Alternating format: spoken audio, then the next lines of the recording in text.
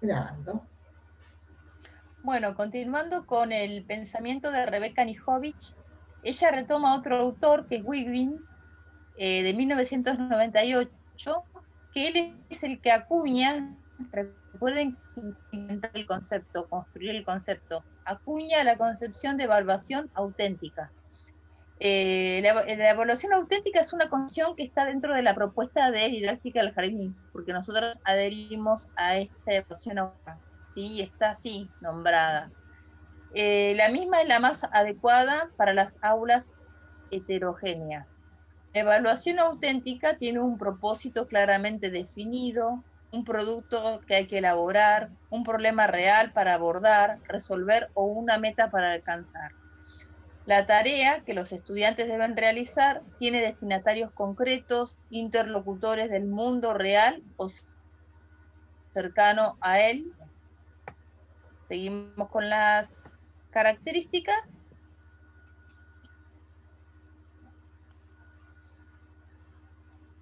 Demora un poquito, pero ahí está. La tarea propuesta es desafiante. Ahí está, ¿no? Sí. Sí. Ahí la tarea propuesta requiere enfrentar y resolver problemas, incluye restricciones y condiciones, es necesario buscar alternativas o crear recursos cognitivos, conocimientos y procedimientos, requiere tiempos para desarrollar procesos de trabajo. Se ofrece a los estudiantes variadas, ahí hay un error, variadas Ay, mi Dios. oportunidades para buscar información y recursos, y diseñar modos de resolución, facilitar espacios de avances y de retroalimentación.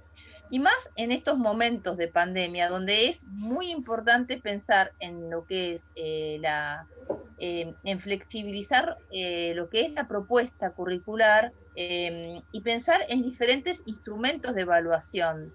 Eh, y acá se juega mucho la creatividad del docente, ¿sí?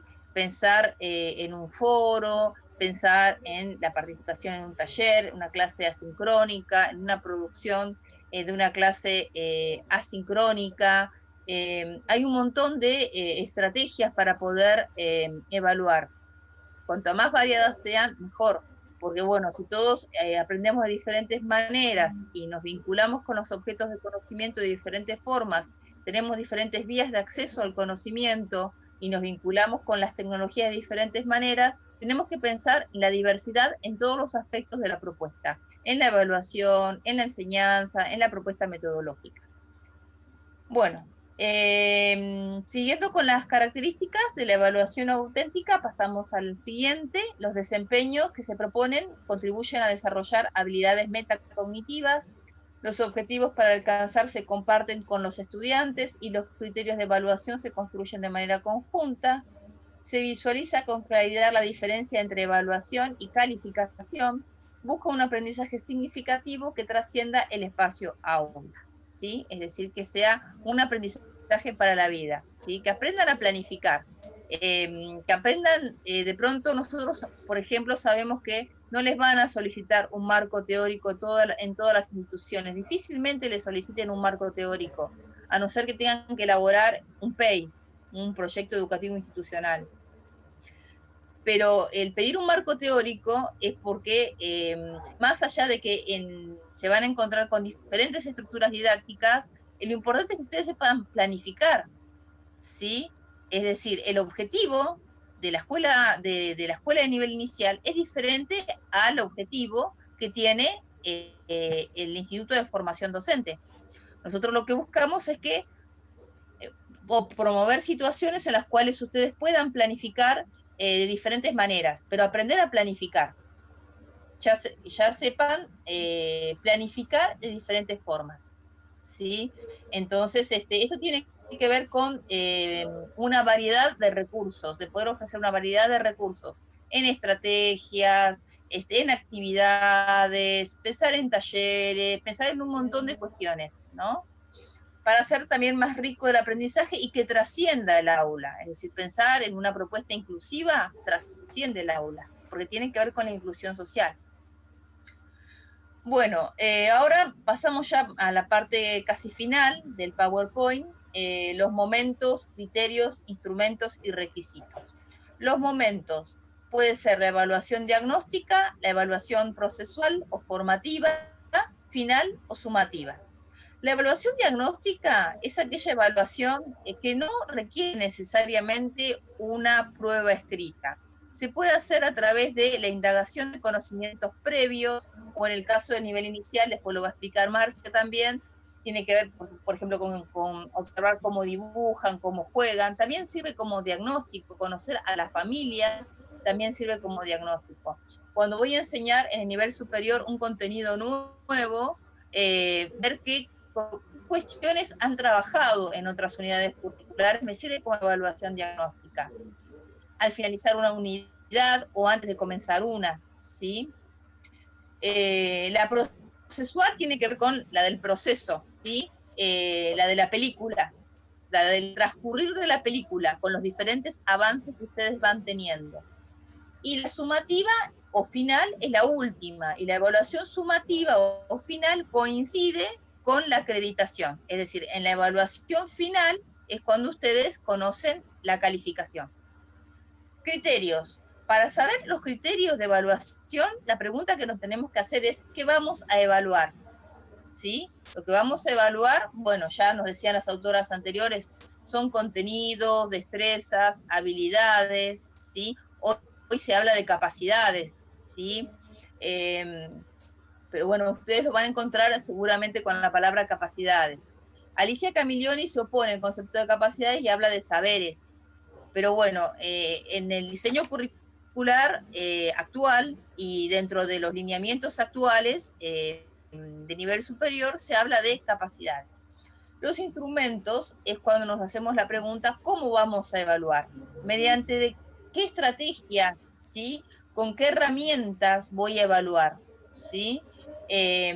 A través de una monografía, a través de un ensayo, a través de un trabajo práctico, a través de un plenario, de una puesta en común, de una producción artística, a través de el producto de un taller, es decir, utilizar una variedad de instrumentos hace a la democratización del conocimiento. Cuanto más abierta a la diversidad está la propuesta, más estoy colaborando a la democratización del conocimiento. Y los requisitos tienen que ver con las cuestiones institucionales, básicamente. Los requisitos son los requeridos para la acreditación de los aprendizajes y se encuentran estipulados en las normativas. En el caso nuestro, en el ROM, en el RAM, ¿sí? En el RAI, en todos esos documentos que están diseñados a nivel jurisdiccional y a nivel institucional, y en el cual está ya estipulado con qué nota regularizan, con qué nota promocionan, con qué nota desaprueban, ¿sí? De eso no se puede salir el docente, ¿sí? Porque son requisitos, ¿sí? Ya están impuestos por la institución. Lo que no significa que en algún momento no se puedan discutir, ¿sí? Pero bueno, esa discusión se tiene que dar primero a nivel jurisdiccional, para después llevarlo a cabo al interior de cada institución. Pero bueno, antes, por ejemplo, no era así, ¿sí? Antes se aprobaba con 6, por ejemplo, ahora se aprueba con 4, es decir, esto se ha modificado, pero durante un tiempo permanece de alguna forma dado como para tener una continuidad y poder hacer una evaluación. Si yo estoy constantemente modificando todo, no sé si realmente estoy haciendo las cosas bien o mal, ¿sí? A veces eso pasa con los diseños curriculares, cuando se modifican tan rápidamente los diseños curriculares que uno no llega a ver cómo se desempeñó determinada camada de estudiantes en la práctica, no podemos saber si el diseño curricular fue bueno o malo, o qué contenidos habría que agregar o no, ¿sí? O en qué años. Si es necesario mantener una continuidad, lo que no significa que se revise después. Bueno. Por ejemplo, antes de pasar a la siguiente diapositiva, por ejemplo, en el caso de nivel inicial, el requisito de acreditación es solamente la edad cronológica. o sea, no hay un requisito en términos de procesos de aprendizaje. Sin embargo, no implica que no haya evaluación, ¿sí? Igual se evalúa, eso un poco lo hablamos, ya lo vimos, hay evaluación y están todos los tipos de evaluaciones que mencionó Ivana. Lo que no hay es una calificación numérica o un máximo o mínimo de saberes que pueda desarrollar el niño y la niña para pasar al siguiente nivel o al siguiente año del jardín de infantes. ¿Sí? Es el único nivel que no se puede volver a hacer, digamos, que no se puede cuando sean más grandes, no, se hace solo coincidentemente con la edad cronológica de los niños y las niñas. Qué sé yo, por ejemplo, nosotros siempre lo decimos, van a un adulto que no aprendió a leer, que no tuvo la oportunidad de ir a la escuela primaria, puede hacer su escuela primaria y aprender a leer y a escribir de adulto, en una escuela nocturna, en otro tipo de formación, pero el jardín de infantes no se puede hacer cuando ya se superó la edad cronológica. Así que eso también nos convierte en un nivel único. Claro, porque justamente en el nivel inicial los contenidos que se enseñan coinciden con cuestiones madurativas que tienen que ver con la matriz sobre la cual después se van a construir todos los aprendizajes posteriores que vamos a tener. Fíjense qué importante que es, ¿sí? Bueno, con respecto a la cuestión axiológica en la evaluación, lo axiológico tiene que ver con los valores, básicamente. Hay una cuestión axiológica en la evaluación. Edith Lewin hablaba de las buenas prácticas de evaluación, ¿sí? Así como ella tomaba el tema de la buena enseñanza y de Fersenmacher y hablaba del aprendizaje significativo de Ausubel, ella planteaba el tema de las configuraciones didácticas y que en estas configuraciones didácticas donde se jugaba, el despliegue que hace el docente en el momento de enseñar y donde se pone en juego su ideología, digamos, su pasión por enseñar, su formación teórica, tiene que ver también con poder realizar buenas prácticas de evaluación que nos van a remitir a preguntas que si se quiere hasta filosóficas. Por ejemplo, ¿por qué y para qué evaluamos? ¿No? Que tiene que ver con esta cuestión de formar ciudadanos críticos, participar en la vida democrática, cuidar el medio ambiente, proteger al planeta, convivir con los otros, respetar las opiniones de otras personas, ser buenos profesionales, ser respetuoso de los derechos del niño y de la niña. Entonces acá aparece la cuestión axiológica en la evaluación también. Y acá está la cuestión de la fuerza moral y ética que se habla en la buena enseñanza, ¿sí? Este poder que tiene que ver con un posicionamiento filosófico, porque bueno, toda psicología, en la psicología existen corrientes psicológicas, porque ustedes saben que en humanidades no hay negro o blanco, son grises, son todos matices, ¿no? Entonces hay corrientes psicológicas. Esas corrientes psicológicas toman una corriente filosófica. En la filosofía hay corrientes filosóficas, ¿sí? Es decir, se basa en una concepción de mundo y una concepción de hombre y de mujer.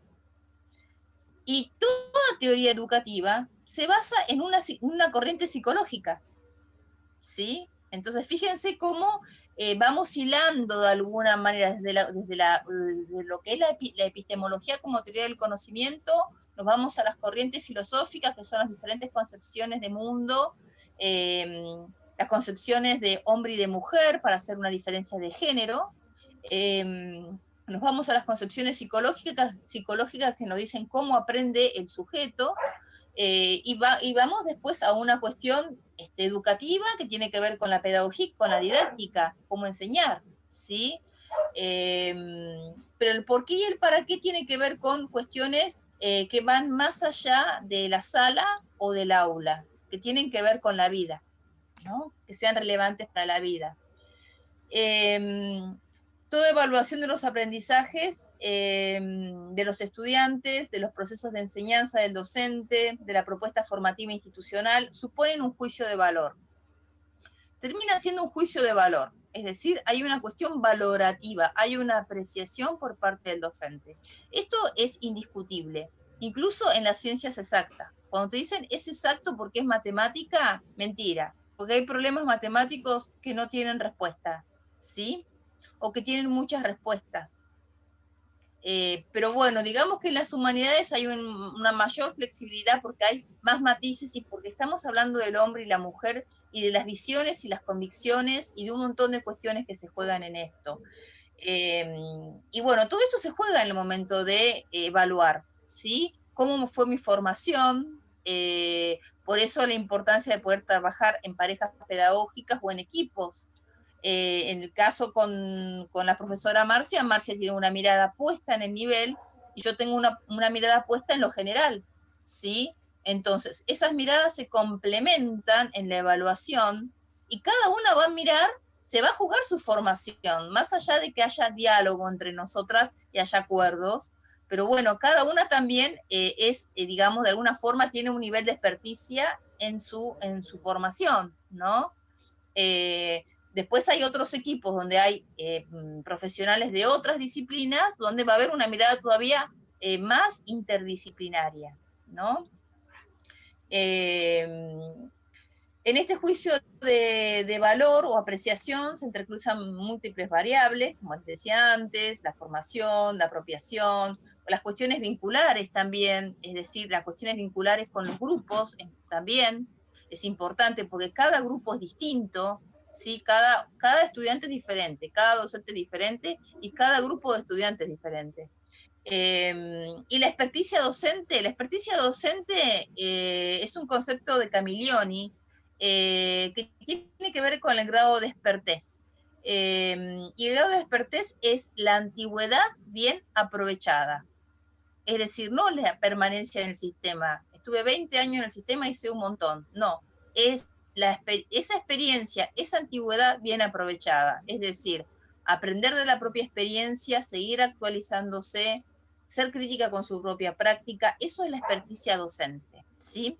Ustedes habrán escuchado la experiencia la diferencia entre docentes expertos y novatos, ¿no? En algún momento. Bueno, tiene que ver con esto. Sería muy bueno que los docentes expertos pudieran orientar a los docentes novatos, que hubiera una propuesta dentro de la institución legitimada por el ministerio, en la cual los docentes expertos puedan de alguna forma orientar a los docentes novatos y servirles como andamiaje. Y toda evaluación debe ser situada, ¿sí? Es decir, tiene que ser concreta y contextualizada, toda evaluación. En este momento la evaluación contextualizada es en tiempos de pandemia, ¿sí? En tiempos de cuarentena con las tecnologías. Es diferente a la evaluación en el aula y eso tenemos que tenerlo en cuenta. La evaluación situada hoy por hoy es en la situación ASPO, ¿sí? De aislamiento social preventivo obligatorio. También tiene que ver con el resultado de la actividad de la persona que aprende en interacción con otras prácticas sociales de acuerdo al contexto y la situación. Así que eso sería evaluación situada. Bueno, esto sería del PowerPoint que preparamos. Lo vamos a dejar a disposición de ustedes. Abierto a consultas, a preguntas, como siempre. No sé si por ahí querés agregar algo más, Marcia. No, simplemente recordarles que estos conceptos que estamos viendo ahora, el que vimos anterior de dibujo, de evaluación, el próximo seguramente será juego, ¿no? Nos quedaba pendiente juego. Sí, el último juego. El último juego.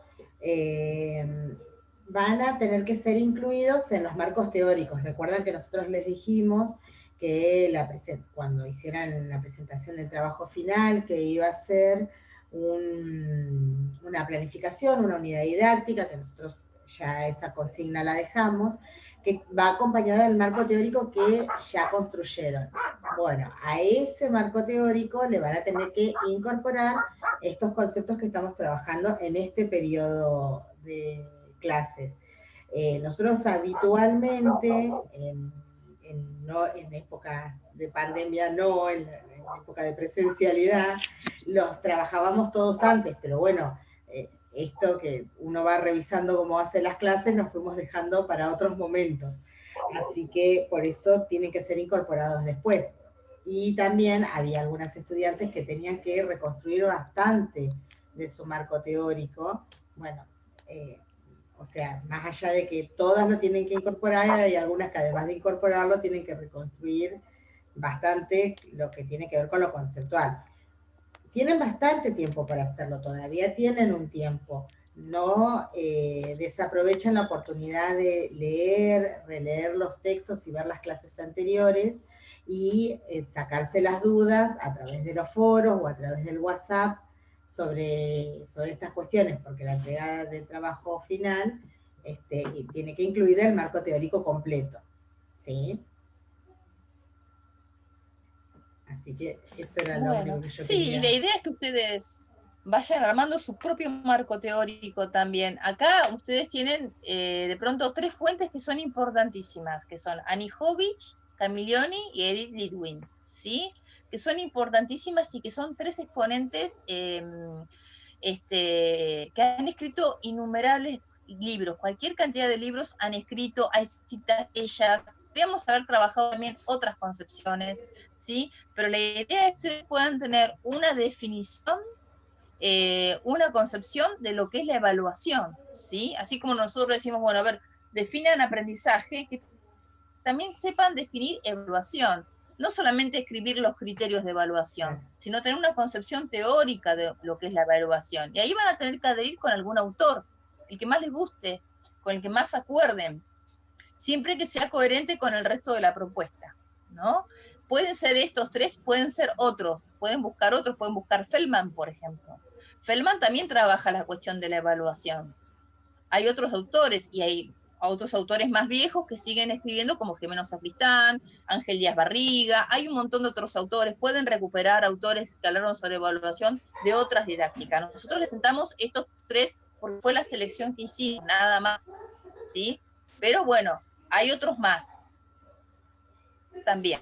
Sí, bien. Bueno, hasta acá llegamos con la clase de hoy.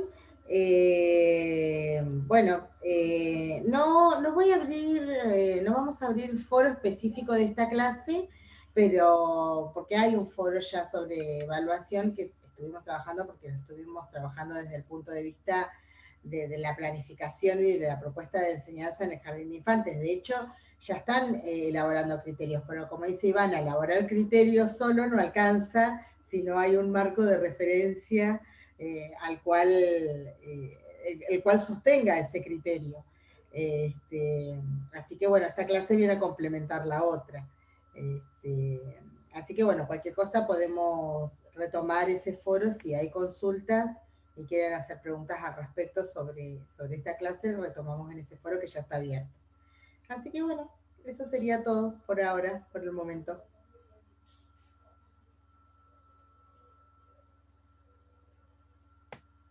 Y me parece que Ivana se me quedó congelada, así que nos despedimos hasta la próxima clase.